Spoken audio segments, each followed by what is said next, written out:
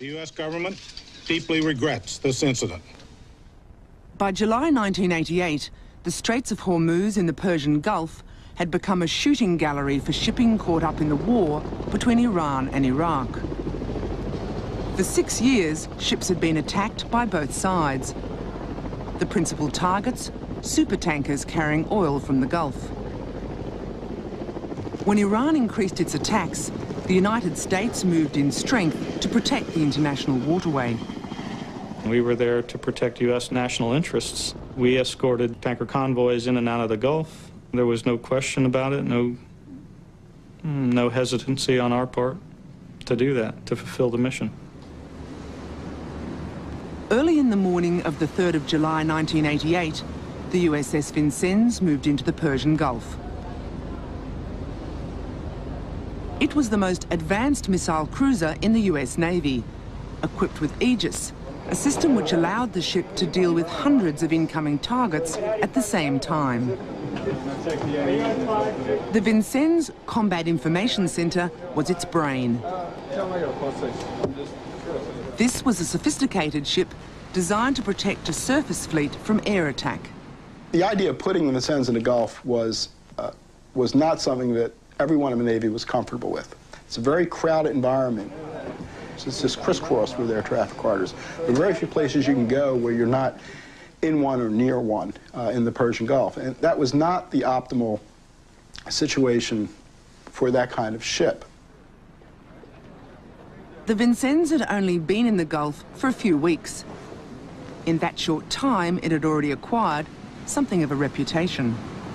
One of the lieutenants on the Nicholas told me that they didn't think highly of the Vincennes and that the ship was considered trigger-happy, sometimes referred to as the robo-cruiser. We had heard terms like robo-cruiser and things like that, but that didn't mean much to us at the time. The captain of the Vincennes, Will Rogers, was seen as a man hungry for action and on the fast track to the coveted rank of admiral. We remain alert and we'll stay alert, but at the same time I don't want to ever give the impression that we're leaning forward on our toes to get a major conflagration started here. That's not the case at all. The main danger to regular Gulf shipping came from lightly armed Iranian Revolutionary Guard speedboats known as boghammers. These boghammers also carried a rack of rocket launchers on their bows called Katyusha rockets.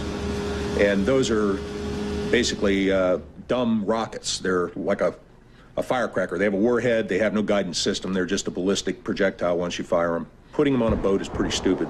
What they were using them for, they go up beside these super tankers, get real close and fire a couple of these small rockets, and it would hit the ship, you know, burn the paint off, maybe put a little hole in it, but really not do much damage. It was harassment.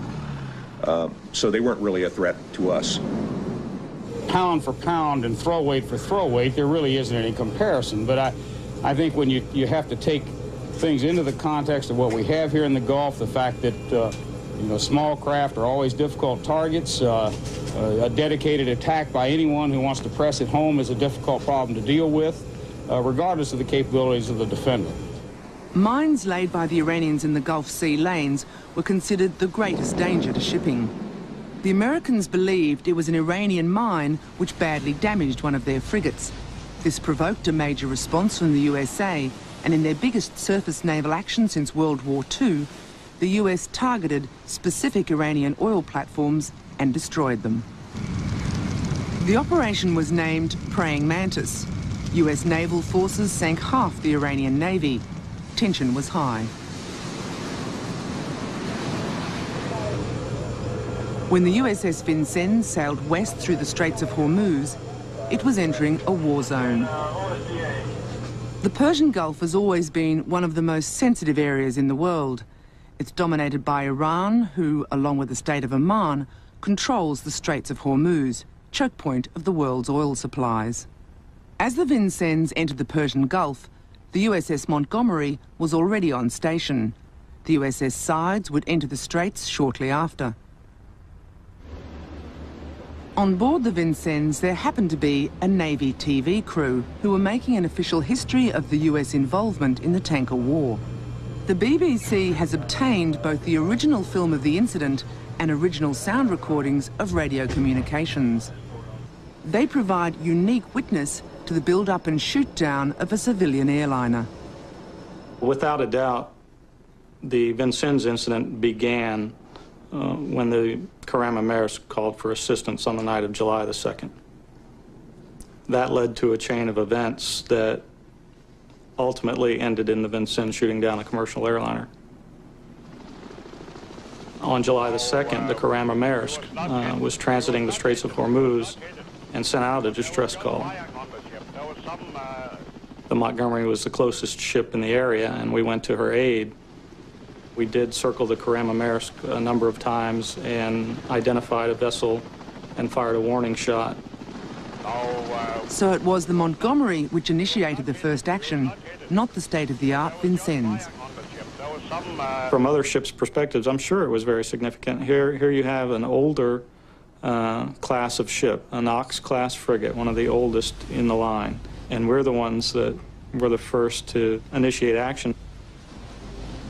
We escorted the Karama Maersk the remainder of the way out of the Persian Gulf.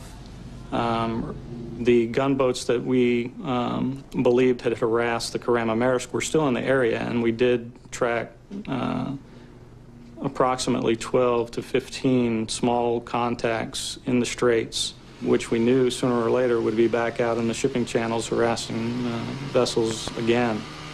And they maintained a range of between 5 and 10 miles behind us the entire time, even after we met up with the Vincennes. The USS Sides, the third American warship in this story, a guided missile frigate, was re-entering the Persian Gulf. On the morning of July the 3rd, we were coming back through the Straits of Hormuz on the way to pick up another ship for an Ernest Will escort mission.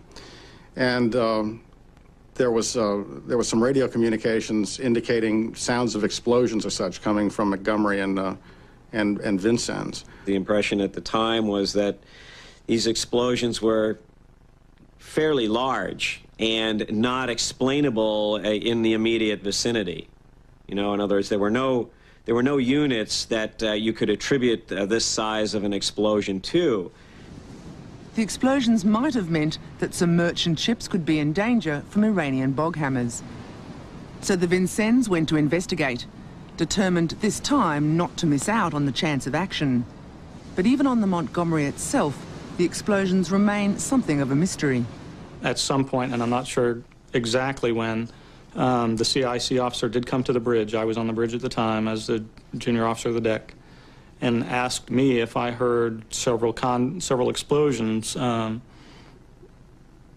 coming from somewhere in the distance, and I told him that I had heard nothing. Good morning, this is the Dalgiri reply. When the Vincennes made contact with the Dalgiri, it required no assistance. Reports of explosions were baseless. German merchant Dalgiri, this is U.S. Navy warship. We are standing by channel 16, over.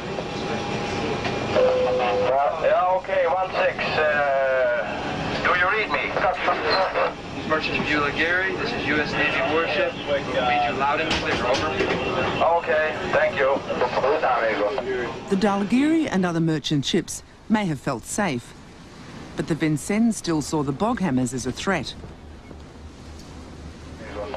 Radio messages from the Omani Navy warned off Iranian bog hammers from Omani waters. This is Oman Navy. Iranian Revolutionary Guard patrol boats manoeuvring at speed. Your actions are not in accordance with the rights of innocent passage. Leave Omani territorial waters immediately. The Vincennes began to shadow the bog hammers. The Omanis considered this highly provocative and ordered Vincennes out of their territorial waters. U.S. Navy warship, Oman Navy. This is U.S. Navy warship, over.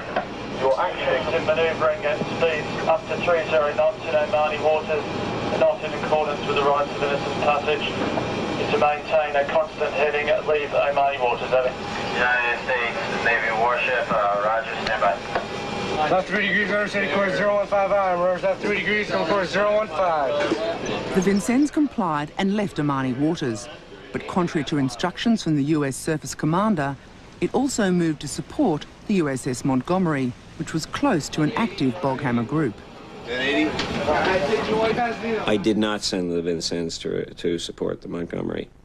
I authorized the Vincennes to send their helo. I was the only one that was in authority to send them anywhere, and my understanding was that they had asked permission to cover the area with the helicopter, and that they were also told to remain on station. The Vincennes helicopter, call sign Ocean Lord, was sent to monitor the bog hammers.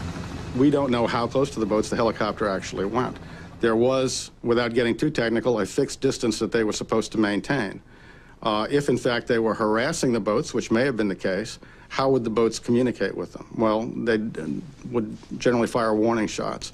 We'd seen that happen with news helicopters there in the past. If the news helicopters or the media helicopters got too close to Iranian small boats, bog hammers, if you will, or whatever, warning shots would be fired and had been fired in the past. I heard what sounded to me like machine gun fire over my right shoulder, and I turned around and watched the helicopter fly back to the Vincennes from the general direction of the gunboats. Shortly thereafter, the helo reported taking shots, or I should say that the Vincennes reported to me that the helo had reported taking shots. Under the rules of engagement, the Vincennes could now engage with the Iranians. She contacted her surface commander in Bahrain.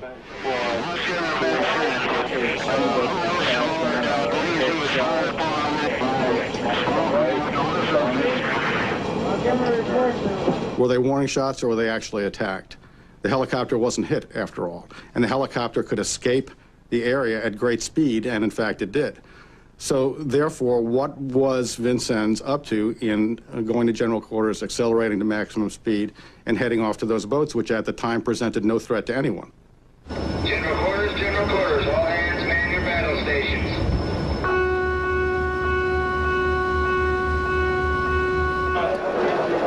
We got this, Humphrey, just go man it up.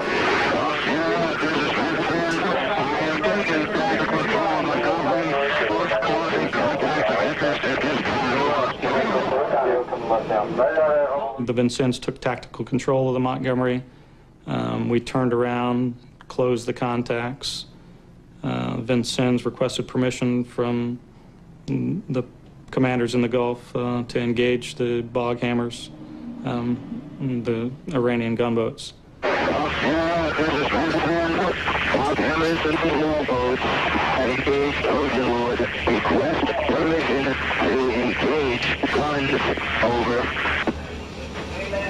The rules of engagement at the time specified, and they were very clear-cut, that you will return fire with fire, and so they asked permission to take the units under fire. I gave permission and reported the same to Commander of Mideast Force. 75 kilometres away in Bandar Abbas, passengers were boarding Iran Air 655, a regular flight to Dubai. Cruising at maximum speed after the bog hammers, the Vincennes soon faced a potential problem. Officer deck, presently hold the ship crossing the Iranian declared war zone line. Having crossed the Iranian war zone line into territorial waters, international law permitted the Vincennes to fire only in self-defence. Do they have any guns on it? We did take the 12-mile limit seriously. Everybody was very concerned about it. Incurring into the 12-mile limit was verboten, and people were supposed to hold short of this 12-mile limit by several miles to prevent that from happening. In fact, the Vincennes log shows that it had crossed into Iranian territorial waters over 10 times in the previous 4 weeks.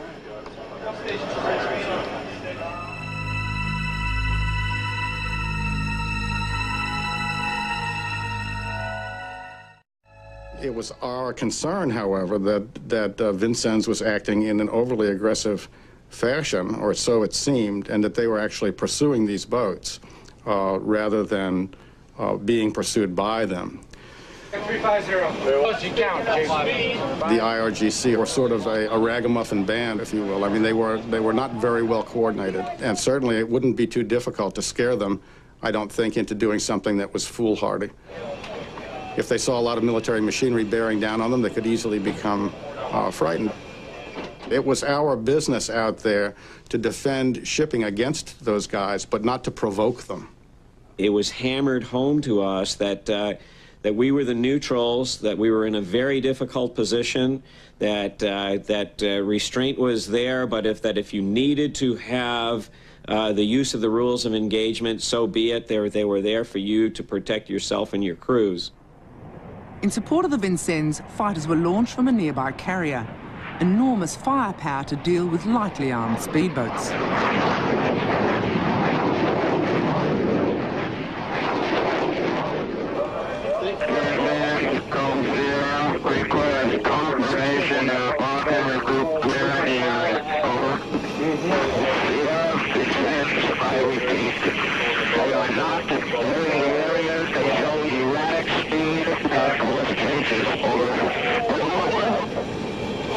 They look like they're closing? No. One appears to be going out to starboard and one's in the middle. I'm just off the starboard bow, has a machine gun on it, 46. Fast move, just off the starboard. The one at 350 is inbound. 350 relative? Relative. Still inbound.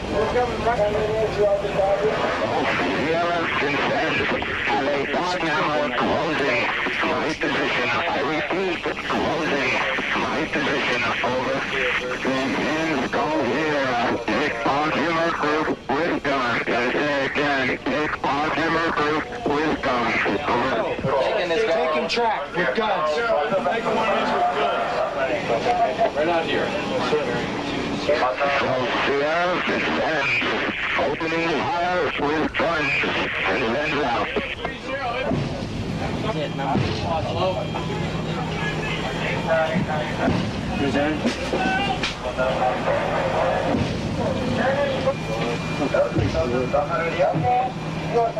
The Montgomery also opened fire. Vincennes has opened fire. Two targets, one behind the other. What's 6068? Is that where Vincennes wants us now? Target now, 10,400 guys. 10 rounds. Inbound. Hey, all stations west, I think we just smoked that guy.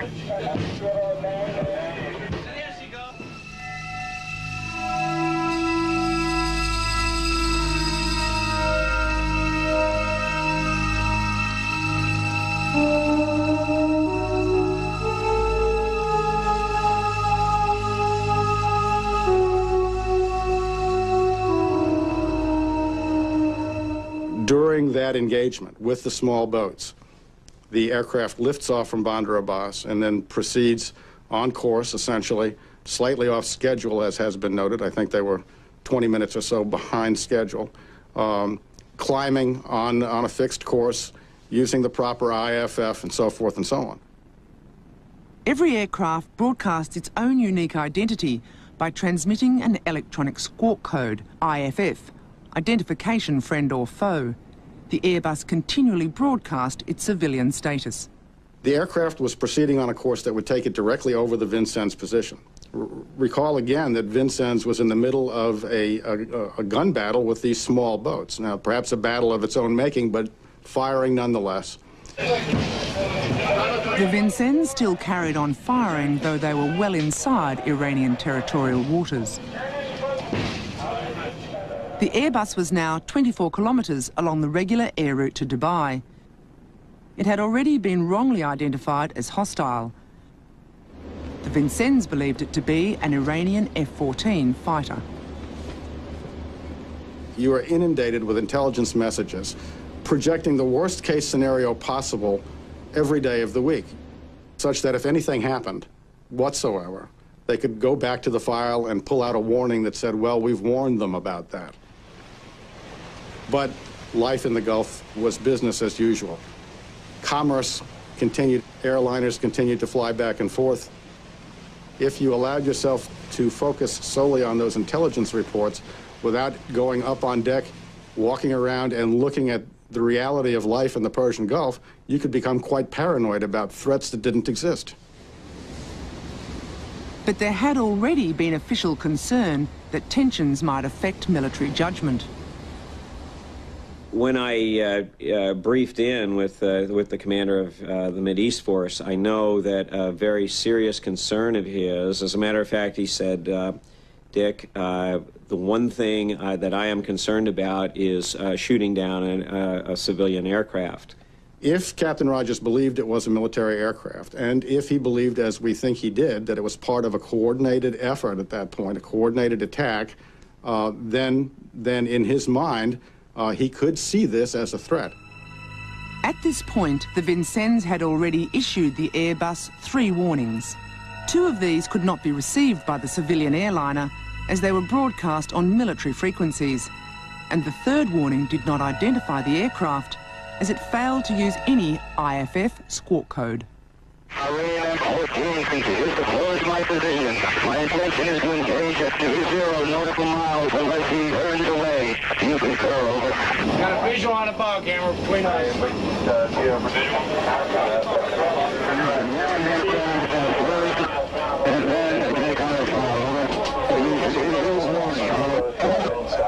I was told that it was an F-14. I watched it. I took a look at its altitude and its speed. It was climbing, it was slow, it was in the middle of our missile envelope. The F-14, to my knowledge, had no significant anti-surface warfare capability, so I designated this thing in my own mind as a non-threat. Captain Rogers, on the other hand, involved with his gun battle at that time, announces that he is intent on taking that aircraft out at 20 miles. It got tense. It did make the situation much more complicated. Both ships had attempted to communicate with the aircraft, and we were unsuccessful. We got no response back. We could hear the challenges go out on military air distress and this civilian version of the air distress channels.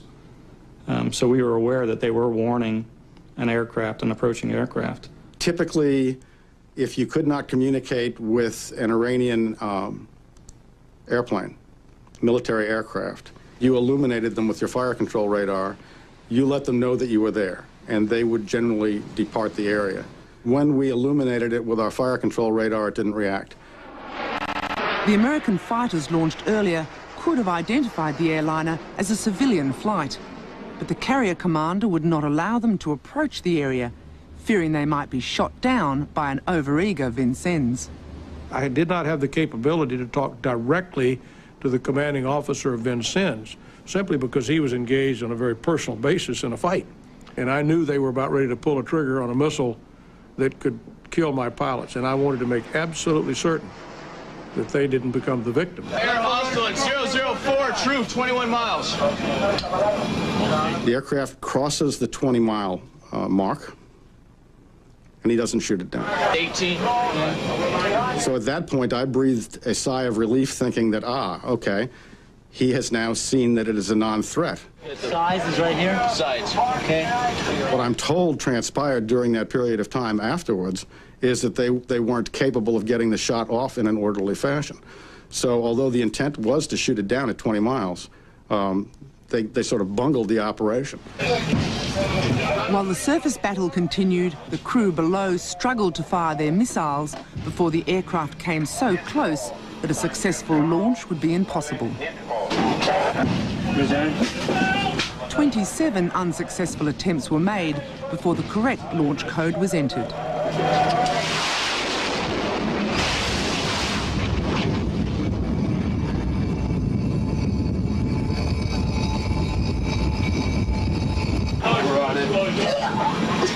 Oh, dead.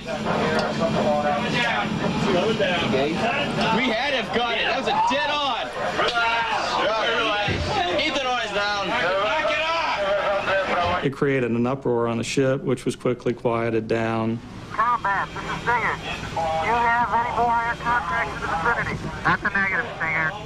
No inbound air contact. The Vincennes continued to pound the bog hammers. Alright, we got a confirmed kill on that one yet, Tom? Well, it looks like it does, and then the guy was there, and then he was gone. We gave that guy his wish. He went to see Allah.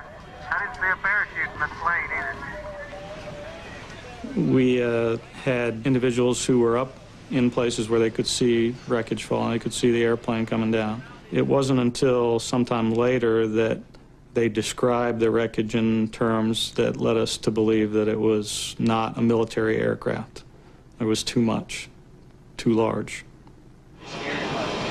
And over the emergency frequency, they heard a desperate Iranian appeal.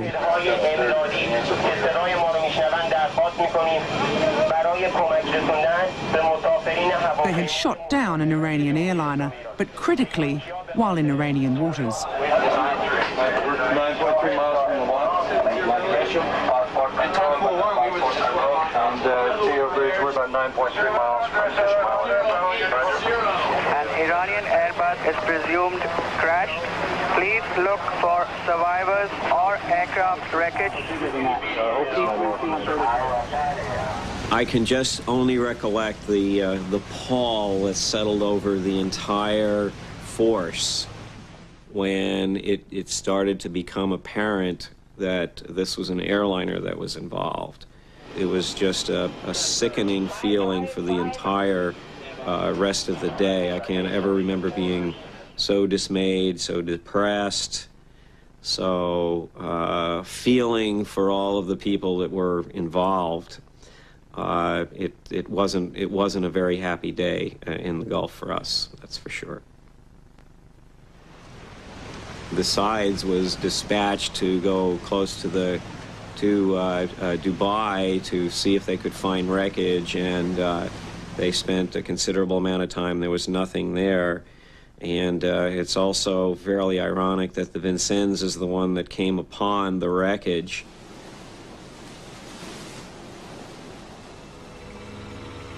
This was hardly surprising, as the Airbus and its dead were in Iranian waters, only a few kilometres from where the Vincennes had shot it down.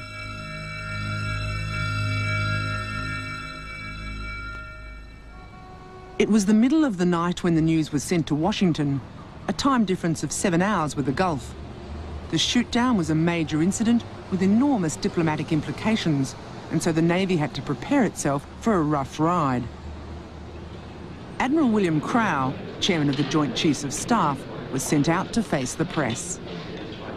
After receiving further data and evaluating information available from the Persian Gulf, we believe that the cruiser USS Vincennes, while actively engaged with threatening Iranian surface units and protecting itself from what was concluded to be a hostile aircraft, shot down an Iranian airliner over the Straits of Hormuz.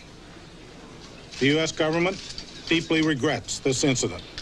Given the threatening flight profile and the decreasing range, the aircraft was declared hostile. Vincennes fired 2 standard surface-to-air missiles, at least one of which hit at an approximate range of 6 miles. Admiral Crowe presented the facts as the Vincennes had reported, claiming the aircraft had been diving in an attack mode outside its correct air lane and that it had not responded to any warnings. This was the story that the world and America first heard. An official investigation of the incident will be conducted by Rear Admiral William N. Fogarty, United States Navy of the U.S. Central Command. Within a day, the Pentagon knew it had another problem, the version of the incident reported to them by the USS Sides. It's climbing, it's slow, it doesn't respond. It's in the middle of our missile envelope, basically. It's vulnerable. Why would this aircraft present a threat? It did not meet any of the threat parameters that were necessary. There were more problems for the Pentagon when the initial readings of the Vincennes computer tapes contradicted what they'd just said. These confirmed what the Sides had reported. The aircraft in question had been ascending at a steady speed. It should have presented no threat to Vincennes. Even so, when the Fogarty report was published, Iran was pronounced guilty. An examination of the events on 3 July leads quickly to the conclusion that Iran must share the responsibility for tragedy and the investigation so found.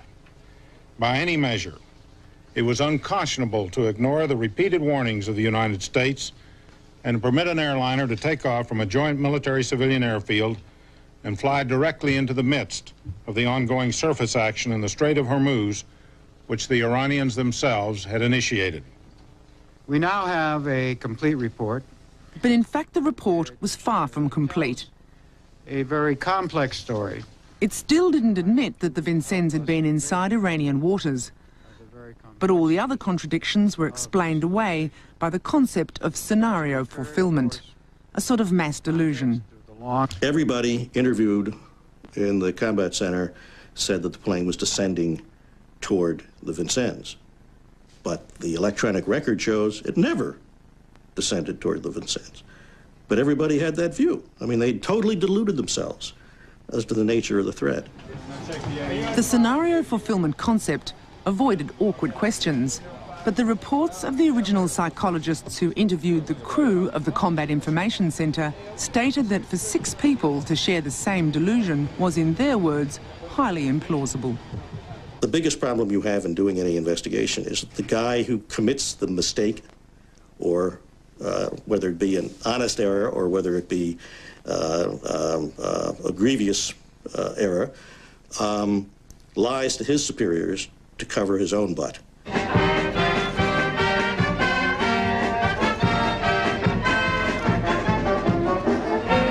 When the Vincennes returned to its home port of San Diego, it was to a hero's welcome.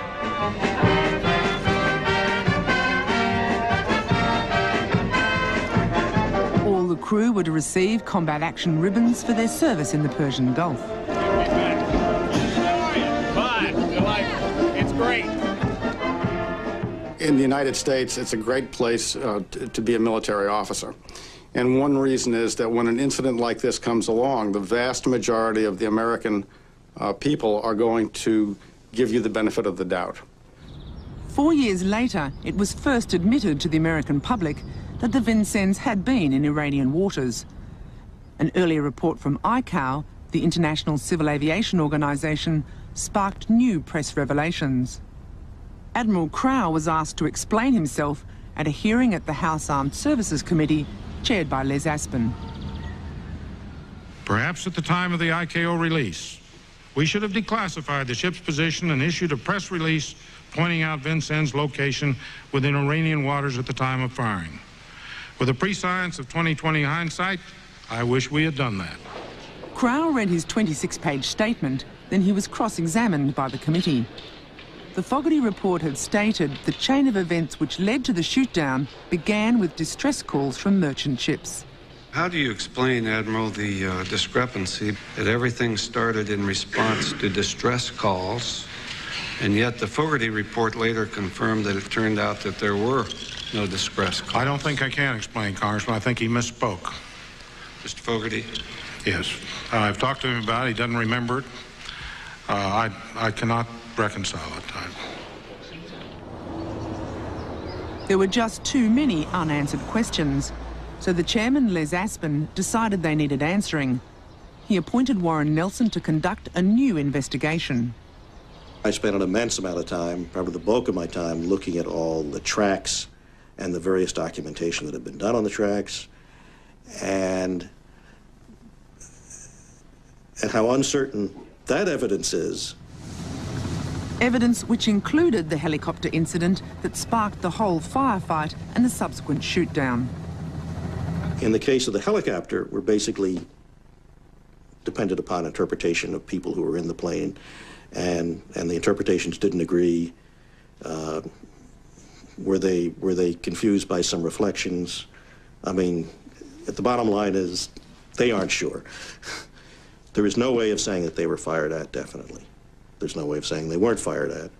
That's just one of these big question marks in history.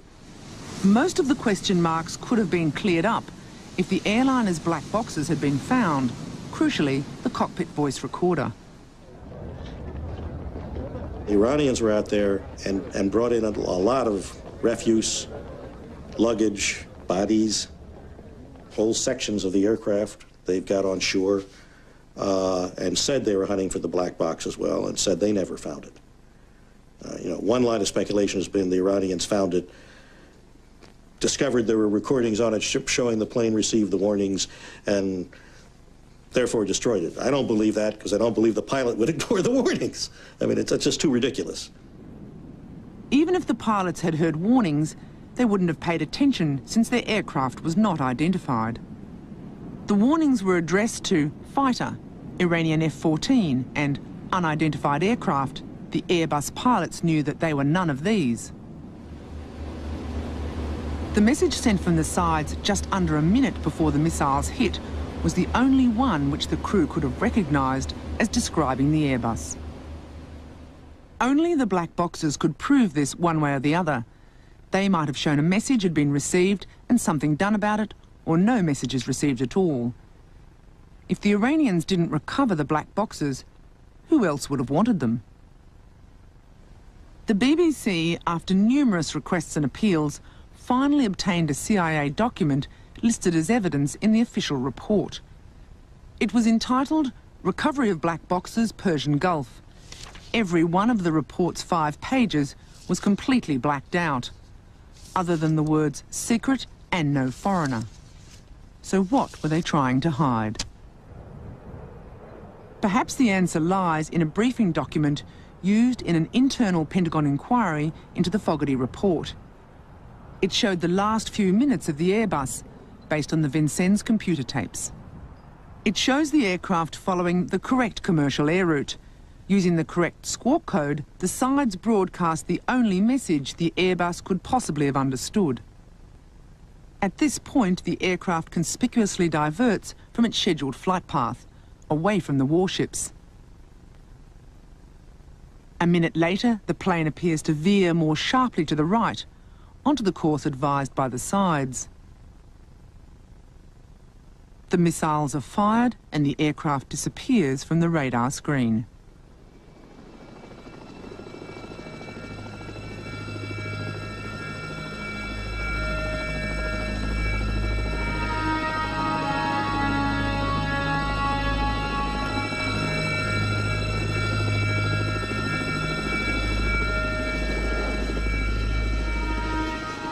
I think, and I believe deeply, that had there been one American on that aircraft, that the story would have gone on from there.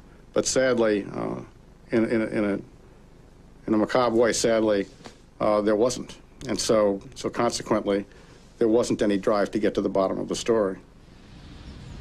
And the new investigation, headed by Warren Nelson, simply petered out. Other things seemed more important. The reason why there was no final report is exclusively my fault. We didn't produce any further document, although we wanted to, and I got bogged down with something else that erupted. I forget what it was. The really sad part of this whole thing, in my opinion, is the lack of taking responsibility for what happened. I view the entire affair as a gigantic screw-up. And yet, once we got through the preliminary investigation in Bahrain conducted by Admiral Fogarty, we hear not a word of it from there on out. Why is that? Well, I find it interesting that we took no further action. It seems to me it was plain that it was a tremendous mistake, a giant blunder. At that point, it would seem to me that we should have addressed it as a giant blunder, held people accountable, taken corrective action, and I believe we should have apologized to the Iranians for it. Captain Rogers declined the BBC's request for an interview. He said that while he regretted the outcome, he would do exactly the same thing again in the same circumstances. Captain Will Rogers was awarded a Legion of Merit Medal for his meritorious performance on the Vincennes. News of the shoot-down stunned an Iran already worn out by 8 years of war.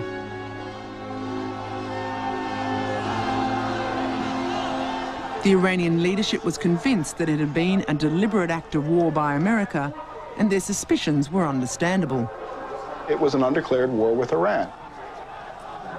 We were in hostile action with their armed forces, and we sought out and sank Iranian state naval vessels. I mean, to me, that's certainly a state of war, whether it's declared or not.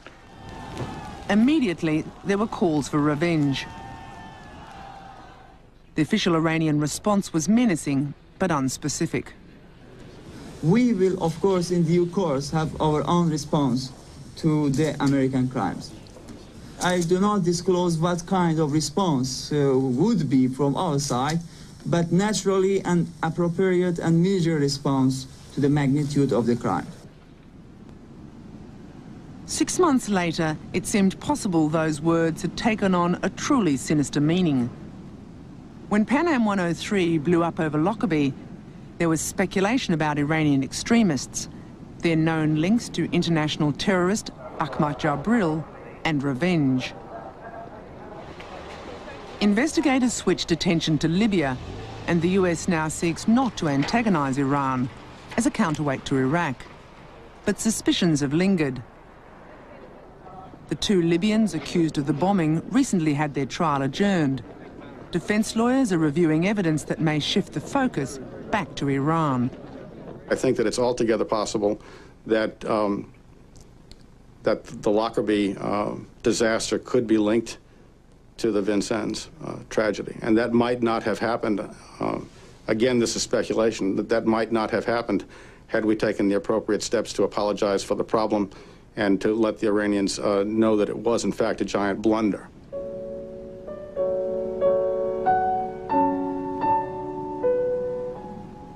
I wouldn't say that I think about it every day, but yes, from time to time, it does come back because it set off a chain of events that's going on even today.